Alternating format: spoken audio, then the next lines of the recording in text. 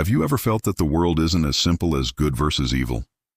That maybe, just maybe, the lines we draw are more like suggestions than rules? If so, you're in good company. Today we're diving headfirst into the mind of a man who shattered these comfortable illusions centuries ago, Niccolò Machiavelli. But we're not just talking about his most famous work, The Prince. We're going deeper, exploring the philosophical earthquake he started, a tremor that inspired Friedrich Nietzsche's masterpiece, Beyond Good and Evil. So, what does it mean to go beyond good and evil? It's not about becoming a villain, it's about becoming a realist. Machiavelli, and later Nietzsche, argued that traditional morality, the kind handed down by religion and philosophy for centuries, was built on a shaky foundation. They believed philosophers weren't discovering objective truths about what is good. Instead, they were just justifying their own personal biases and calling it universal law. Think about it. When someone tells you what's right and wrong, are they describing the world as it is or as they wish it would be?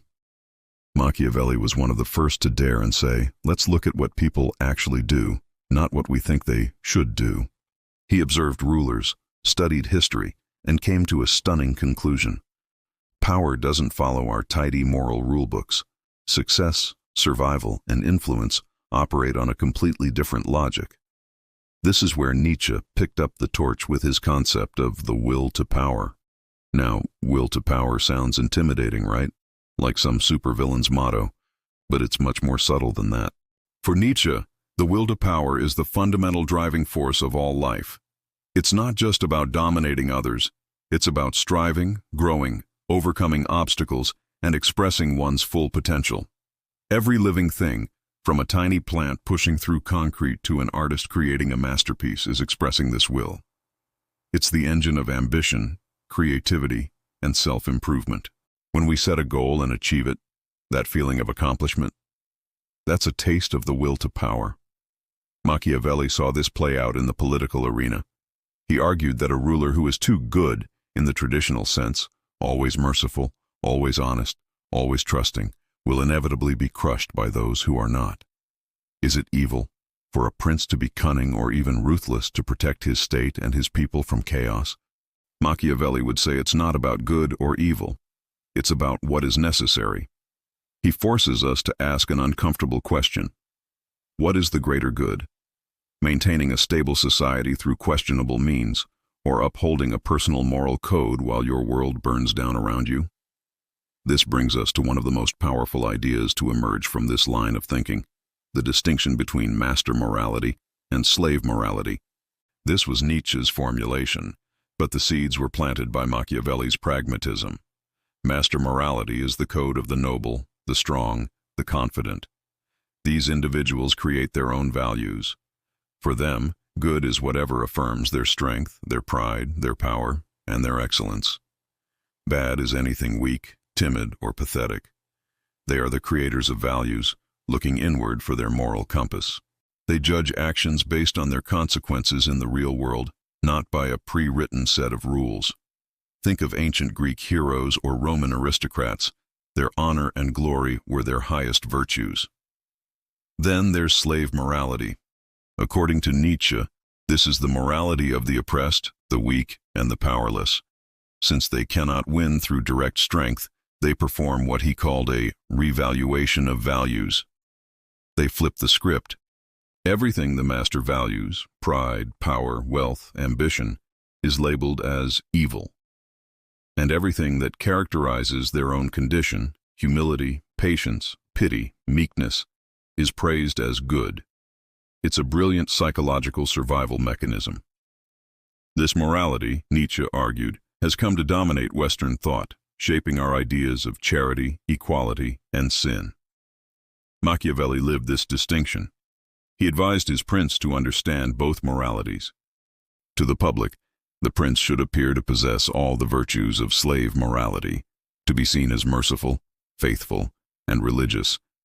But in private, he must be willing and able to act with the decisiveness and strength of a master, doing whatever it takes to secure his power and the stability of his state.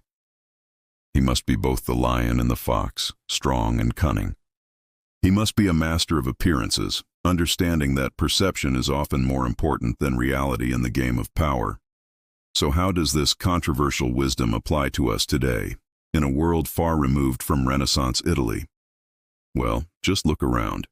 We still grapple with these ideas constantly, even if we don't use the same words. In business, leaders are often praised for being disruptive and visionary, for breaking old rules to create new value. Is that a form of master morality? In our personal lives, we talk about self-care and setting boundaries. Is this a modern expression of the will to power, of affirming our own needs and potential? When we see online debates, do we see a genuine search for truth, or do we see different groups trying to impose their version of good on everyone else? Machiavelli and Nietzsche pull back the curtain, showing us the power dynamics that often hide behind our moral language. Their work is not a license to be cruel or selfish. That's the most common misunderstanding. Instead, it's an invitation to be more intellectually honest. It challenges us to question where our own values come from. Are they truly ours, or did we simply inherit them without thinking? It pushes us to recognize that what is good for one person or situation might be disastrous for another. Context is everything. Re-evaluating our ethics doesn't mean abandoning them. It means strengthening them by grounding them in reality, not just in abstract ideals. It means having the courage to look at the world's complexities without flinching. It's about understanding that sometimes the path to a positive outcome is not a straight line. Machiavelli's wisdom is controversial precisely because it is so uncomfortable. It strips away our comforting illusions and forces us to think for ourselves, to become the masters of our own values. It's a call to be more aware, more strategic, and ultimately more effective in navigating the messy, beautiful, and complicated reality of the human experience. What do you think? Is this a cynical view of the world or a refreshingly honest one? Let me know your thoughts in the comments below. Thank you so much for joining me on this deep dive. If you enjoy exploring big ideas that challenge the way you see the world, make sure to hit that like button and subscribe for more content. It really helps the channel grow. Until next time, keep questioning.